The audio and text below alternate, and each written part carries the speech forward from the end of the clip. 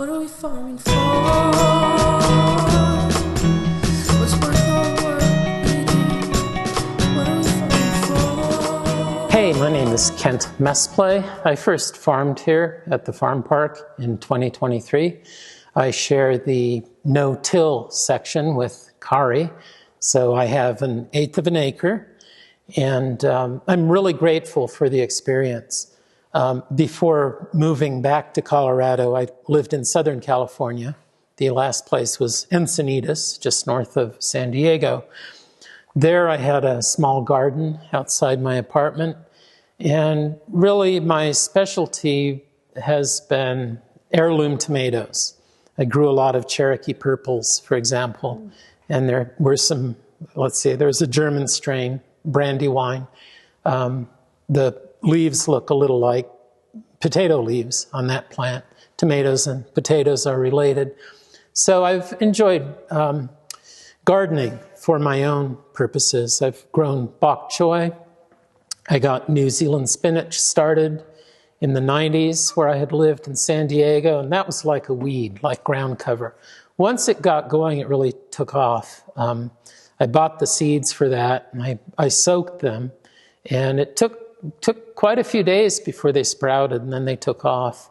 I've always been, I would say, close to the land. I grew up in a really natural environment in the eastern highlands of Papua New Guinea. So I lived in the rainforest for my first 10 years. We collected rainwater in tanks, chopped firewood, and had a wood stove. In the later years, we had a diesel-powered generator. So that's when we graduated from the hurricane lamps that run on kerosene to actually having electricity, but only at night. So we were largely, well, we were off-grid, but we weren't completely independent because a small supply plane would come in ever so often. But we had a garden there, and my mom was really proud of the radishes that I grew in the rainforest. So I really value gardening and farming because it helps us be connected. It's also a security issue. When we grow more of our own food, we're better prepared for any emergency, any natural emergencies or man-made emergencies. So yeah, I was really into tomatoes. So I started farming here in 2023, and one of the things I've done is I've paid attention to what we call volunteers, things that come up on their own from the past season. So lots of cilantro because people like it and they grow it up here, slash coriander because of the seeds, and rapeseed. The green leaves for that are good in soup, so I had that. Also, I grew cruciferous vegetables. I'd mentioned bok choy from California. We grew some of that here, but also purple cabbage, broccoli, kale, Brussels sprouts, and some onions and garlic. I tried corn. The first year, I had a small patch of corn, but the raccoons enjoyed it on their way to the cat food. They also seemed to make their own salsa because onions disappeared along the pathway. I ended up covering the onions with chicken wire. So onions and garlic, also green beans, and really what did very well were acorn squash. They really liked it up here. And I got some Jerusalem artichokes, also called sunchokes, from a friend in New Mexico. And I haven't harvested any of those, but I look forward to it next year. Most of what I've grown is for personal consumption, though I have donated quite a bit to the local food banks. Tomatoes and some other things, lettuce. Something experimental. I had a partner in 2023, and on bales of hay with a light coat of dirt, we grew lettuce on top from seed, which did really well, a bed of lettuce. And then within that straw, we grew potatoes. It wasn't super productive because the Well, first of all, within a day of planting, we had a late frost, which wiped out the potatoes, which I'd started in a small greenhouse at home. And those were really knocked back, as were some tomatoes. I've had luck with high altitude tomatoes. I bought those from seed up here. And the thing with this region is the growing season is really short. So one thing about these tomatoes is that they fruit rather quickly, within about 60 days. We only have maybe 2 to 3 months of growing up here. So what I found, because I was one of the first people in the greenhouse with Cari when that came in 2023, is that it really helps to start things ahead of time. Yeah. But as you pointed out, Cari, plants tend to do better out here if they're exposed to their natural environment. I don't know what it is, the UV or something, but they really can get shocked if you take them from indoors to outdoors. The 2 strains of tomatoes that I had success with were Sasha's Altai from a high region in Russia, and also, let's see, Sasha's Altai and Black Mori. The Black Mori look a little like, their shape is sort of like plum tomatoes. And they have a very, very dark flesh, and they're sweet, and they're really good for sauce.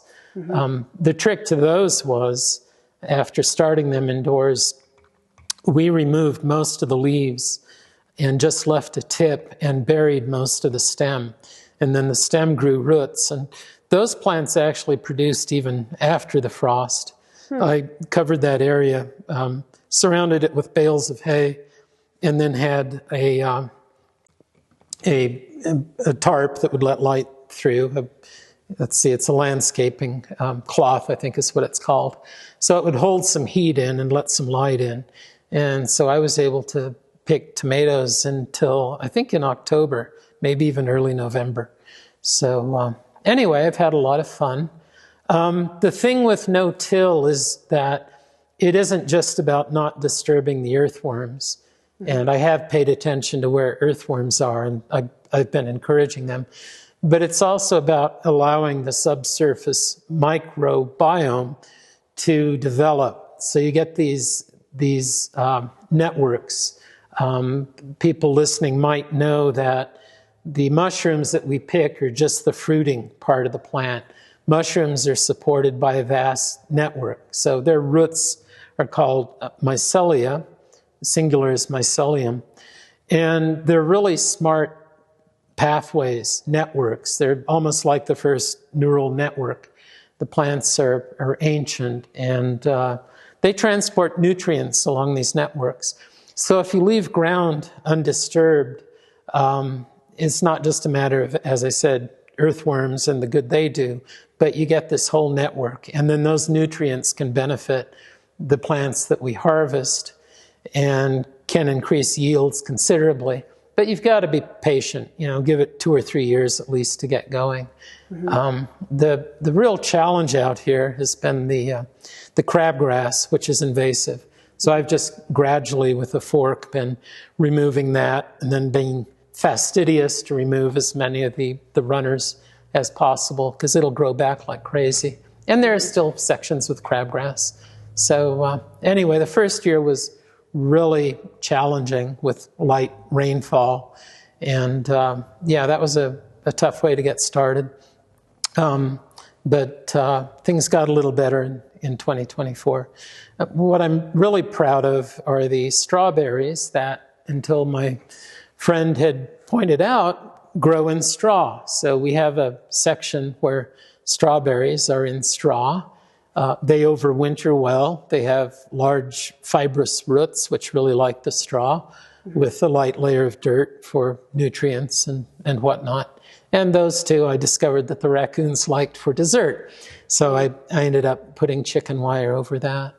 And so, it's really hard work up here. I have a lot of respect for the commercial farmers and all of the work they put in. I have received money for what I grow, but I'm still in between what I would call a hobbyist and a commercial grower. And I really plan to have a nice harvest of acorn squash this year and to have another run at those tomatoes. And unless I'm really brave and I figure something out to discourage the banditos, I'm staying away from corn. On their way to the cat food, they like to shop, with what I've planted. I was lucky, though. They didn't touch many of the tomatoes. So Yeah, maybe they don't like tomatoes as much, huh? they're probably too acidic. Yeah. But it was funny when the onions disappeared because I thought it probably makes the cat food taste better because Right? those weren't too far from the cat food. Yeah, you'd think onions would keep them away because... Right. Well, these were green ones, so they were a little sweeter. They weren't the large white or Right. red ones. So yeah. And you were talking earlier about the New Zealand spinach, which I know there's also Orac, which Right. is another wild spinach that grows around here. Is that the same? Well, New Zealand spinach is not a true spinach. And from what I recall of Orac, the leaves are similar, so they're Yeah. probably related. Does Orac vine? Because the New Zealand spinach really, it vines like crazy. Yeah, I guess Is it- Orac not as much. Not as much. But Yeah. I recall seeing that about 4 years ago out here. Is that also called pigweed or is that something else? The pigweed is the amaranth. The pigweed's the amaranth. Yeah, okay. so because we have a wild amaranth that Oh, all grows, and pigweed is its common name. Okay. I forget what type of amaranth variety it is. Sure, I've seen the red out here, which is really pretty. The burgundy grows really well here. Oh yeah. And I've discovered decorative. that it's beautiful, and the leaves actually make a great tea. Makes like a burgundy. Oh, I didn't know that. Nourishing tea, because a lot of times with you don't quite get a lot of grain, depending how mature. So it's nice to be able to use the leaves. I see. Yeah. Oh, I wanted to mention too that I took Cari's advice and I collected seeds from the plot that you had in the commercial section back in 2022. I actually spent about 2 hours collecting plantain seeds. Oh, nice. Plantain, not the banana, but the herb plantain. Right. Yeah, and so one of the first things I did in the no-till section was I scattered those all around the perimeter, not just my area, but yours as well. And those have come up. I think they're getting established. Something Cari had pointed out is that when they're in the trough in the acequia, they make it a lot less muddy. They're a low-lying, broadleaf ground cover, which I thought was just brilliant. And so, the next year in 2023, I saw them coming in. I didn't collect the seeds this last time. There were quite a few that had gone to seed. In the southernmost trough, right after I'd sprinkled those seeds, I wasn't here for this, an experiment was done. Spores of, and I checked, its name's on the tip of my tongue, it's oyster mushrooms. Oh, right. Those were put in straw, and then during the tilling on the border, some of that got buried, so I unburied it. I removed some of the dirt. And there were a bunch of mushrooms that came up in that area last summer. I know it's dangerous with mushrooms, so I just tried a few and I sauteed them. They were really good. I didn't get sick, but I thought, well, I'd better check to see what they plan to grow here. And I'm pretty sure they weren't oyster mushrooms. There's something they look like called the deadly galena or galena. And so you have to be really careful with mushrooms. But at any rate, I'm interested in seeing. Well, I got lucky, and it looked like there was a variety. So sometimes mushroom spores get mixed in. Right. And anyway, that's something that's a little like an Easter egg hunt. It's like, well, what's over here, and what can I find? We also had mushrooms, of course, in New Guinea. And my mother used to fry mushroom fritters. She would deep fry these mushrooms that were just delicious. Yeah. There's some other food that we had in the bush too that I'll never see again unless I get back there.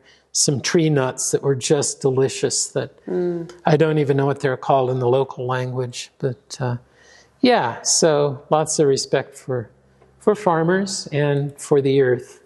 And I like it that this is, that people use organic practices. It takes a lot to be certified organic. That's, there are quite a few hurdles to go through, but all of the practices are in place here, and I'm grateful for that as well. Yeah. We have 15 farmers, and we all practice organic.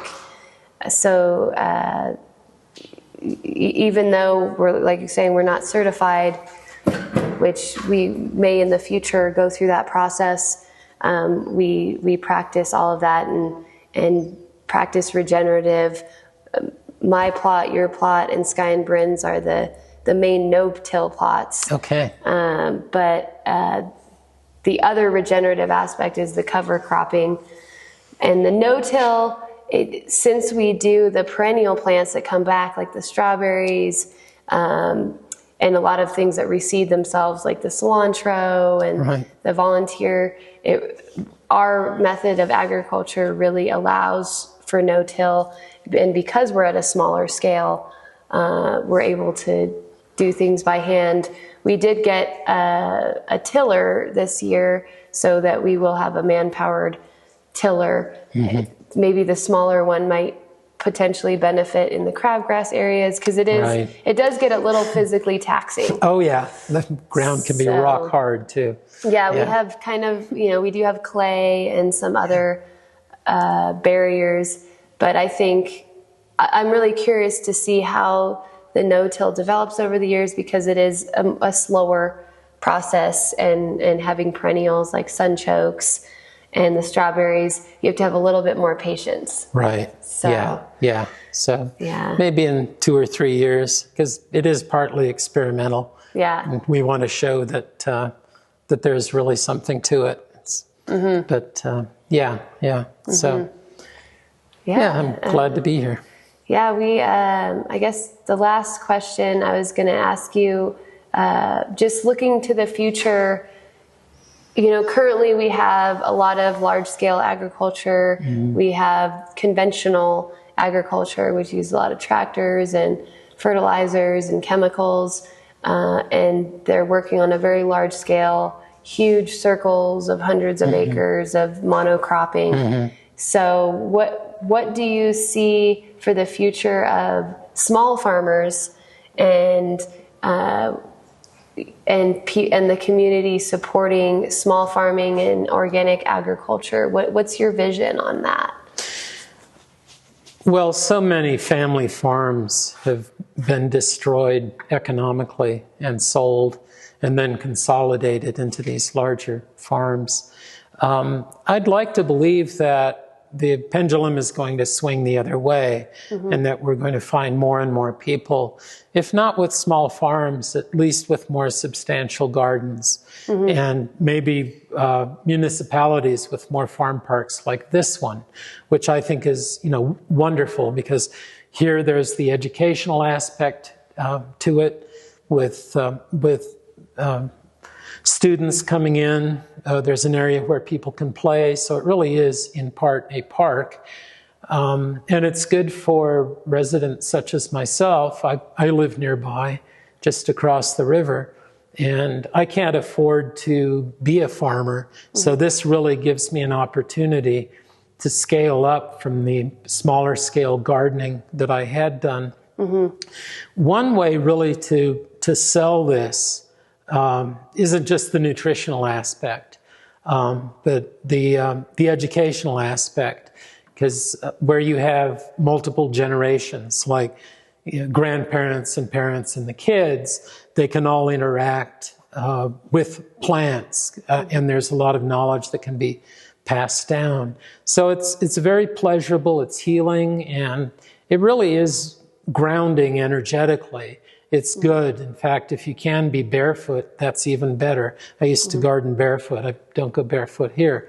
But there really is something to say for the well-being of people who grow their own food. Where I grew up, everyone grew their own food. They were labeled Stone Age and even pre-Stone Age, where they hadn't developed to using stone tools yet. But they had a really good connection to the land. And people don't understand that a rainforest or a jungle is not like one big salad. If you're lost in the jungle, or you crash, you can starve to death. So you have to really be wary to eat what isn't going to kill you or make you sick. And so people who live in those areas have a deep connection to the land. The other thing that I wanted to say is that if it's hard to sell small farms for their own value, for the educational, intergenerational aspect, I think it's an easier sell when it's presented in terms of basic physical security. I was through a department at the County of San Diego, the Office of Emergency Services, I think it was.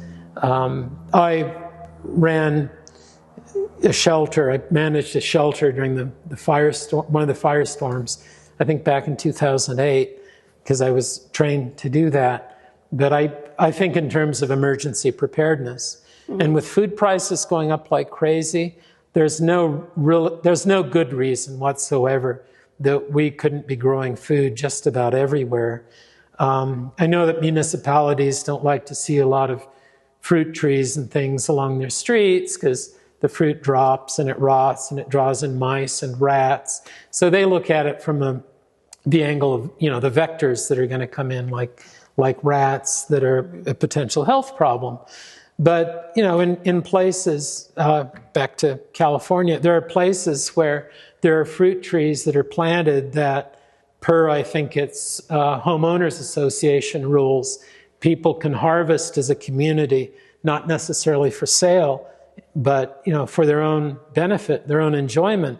And then there are bulletin boards, and online, of course, you can get about anything. It's not just a physical bulletin board anymore. So people are notified, well, yeah, the tangerines are ready to pick in this section. And, the mandarin oranges and whatever you have growing, it makes good sense. It helps cool the urban environment too when we have more trees, or better yet, more leafy plants that people can actually eat. The reason that we don't have more of that in place yet doesn't have to do with practicality. It's not that it's impossible. It has more to do with politics and the power of agribusiness.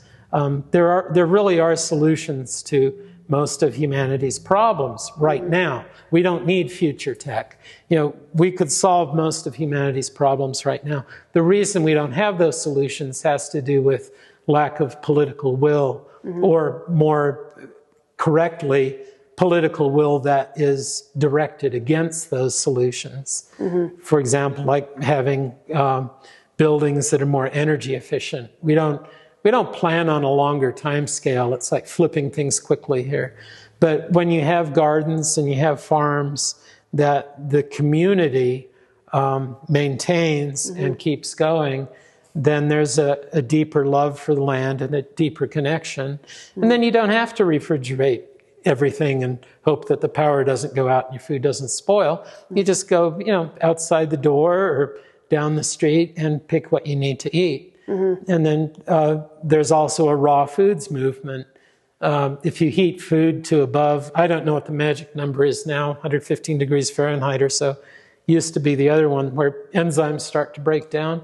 If you keep food from being heated, if you don't cook as much, and there are health concerns and some, that's a whole nother story, but if you lean more toward a raw food diet, it's actually better.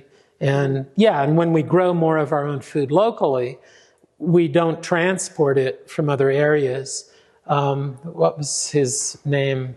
Paulin, I think, or Michael.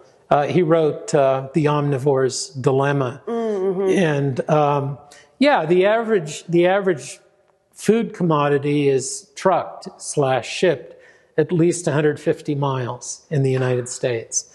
So growing food locally is also an energy issue because you cut down on the shipping costs. Right. Any way you look at it, it's just good to have places like the Rio Grande Farm Park. Yeah, because we're able, like, each one of us by ourselves really doesn't have that ability to farm because of maybe water restrictions or land or financial. So we're allowed to, as a community, 15 of us provide more diversity, more marketability for our product. But I wanted to go back to how you were talking about politics and technology with agriculture, because it's a very real thing. Right. We don't just have the nature and the rain and everything to deal with. Right. We also have the political climate. I've kind of dabbled in looking into solar punk futures, Sure. Which I really like the more utopian aspect of solar punk. And solar punk is a movement that sees nature and humans more in harmony together. Good. And utilizing technology to benefit agriculture. Right. And I feel like if the people really stand up and potentially use technology to help small farming be possible. Right. There's the appropriate use of technology. I like the term. I hadn't heard solar punk before, but Yeah. I really like it. And I was thinking, as you were talking about technology, I once heard Alan Kay, the inventor of Windows, say that technology is what's been invented since you were born. And so for me, record players, phonograph players, were not really technology because that was around when I was born. But when compact disc players came out and I started to see those in the 90s, to me that was technology. And so this also kind of can lead into a discussion about indigeneity. Indigenous people don't have to be stuck in the ways of their ancestors entirely, but their choices, especially regarding agriculture, really need to be discussed with the elders. For example, the Hopi and what they've been going through, where they did dry farming. They plant the seeds about 10 inches down. I doubt they're still viable, but from 2012, I have seeds that I was given at a ceremony at the Hopi reservation. And so, yeah, the corn that they grew is naturally smaller, but it's very hardy. And so there are forever, or there should be, these discussions and arguments and considerations as far as what technology should we allow and how far should we go with it. For example, not burying power lines in certain places, maybe not having power lines overhead. Then you get into situations of EMFs, the electromagnetic force that goes around these power lines, the potential health concerns of 5G that are just papered over. So yeah, I see that there's a need for appropriate tech. Yes. And I think one that might be helpful is to sense the moisture content of the ground. Here I got introduced to the acequia system. I'd only seen it before in that movie, the Milagro Beanfield War, right? Oh. But out here it got real, where you have to lift up these boards and get the water to flow into the channels. And that flood irrigation is, I mean, it's deemed inefficient, but it does have its place. Yeah. And so we've, since I've been here, we've used that as well as drip irrigation. Also, I recycled a small greenhouse that's in my backyard, and I'm thinking it would be nice if I could capture some of the moisture that condenses on the roof, on the ceiling inside, and maybe incorporate a water distilling system using just the thermal energy that's in it. I've got 55-gallon barrels of water that don't freeze over the summer, in part because I have two, it's a double wall of plastic on the greenhouse. But the game that I've played, my experiment, if you will, is to see how well I can use the heat that's in this small greenhouse to keep things from freezing. And so what I do is I have a fan that takes the warm air from up top in the greenhouse and puts it underneath. I have a grate under a couple of the barrels, so it puts that warmth lower down in the greenhouse. And then, of course, overnight, everything chills off. But those 55-gallon barrels have not frozen, even when it gets, around zero overnight. So there's a lot that we can do with just what we naturally have without adding a lot of energy or even a lot of technology. Right, because a lot of times, like for instance, compost heating, I really would like to get into that, but you can heat greenhouses and, maybe a chicken coop with compost. That's right. So, because with technology, obviously, like we're using technology to do this interview right now. Sure. So, and there are benefits to technology, but we do have to realize like the effect on our nervous system. Yeah. Like I notice when I'm on the computer all day, and then if I go out on the farm, like you said, grounding and, getting your hands in the dirt, and you realize how much your nervous system is just over electrified. Yeah, and some people are more sensitive than others. I know people who just cannot be on a computer screen for very long, or they go bonkers. Yeah. Yeah. Yeah, and a lot of farmers, we feel imprisoned inside. We need to be outside. We need the sunshine and the plants. And a lot of times technology is not necessary, and we can find ways to do things by hand and kind of go back to the traditional way of life. As long as we are a consumption-based society, though, with the push of businesses to sell more and more and more, there's going to be pushback against that.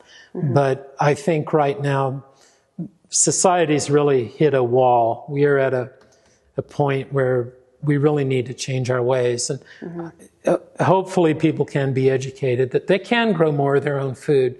Even if it's just a tomato plant on the porch. Exactly. We need to get back to nature. We need to get back to the garden and the farm. Yeah. Definitely. Well, wow.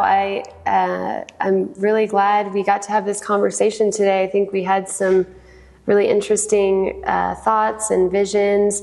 And I really look forward to the future of the co-op as a group, and then also encouraging each other individually. We all have our own individual businesses, our own individual visions, and we're really just here to support each other and to be here on the land, helping the bees have more flowers to pollinate, and helping the community have better quality vegetables.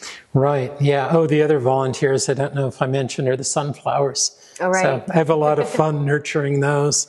It's like, do I really want to pull this up or let it grow? So yeah. It's a beautiful place. Again, it's a bit of a harsh environment, but we're dealing with it. Yeah. Well, right on. Well, thank you for joining us for this interview, and we look forward to the 2025 season. Yeah, I really do. Thank you, Cari. What abundance it will bring us. Right.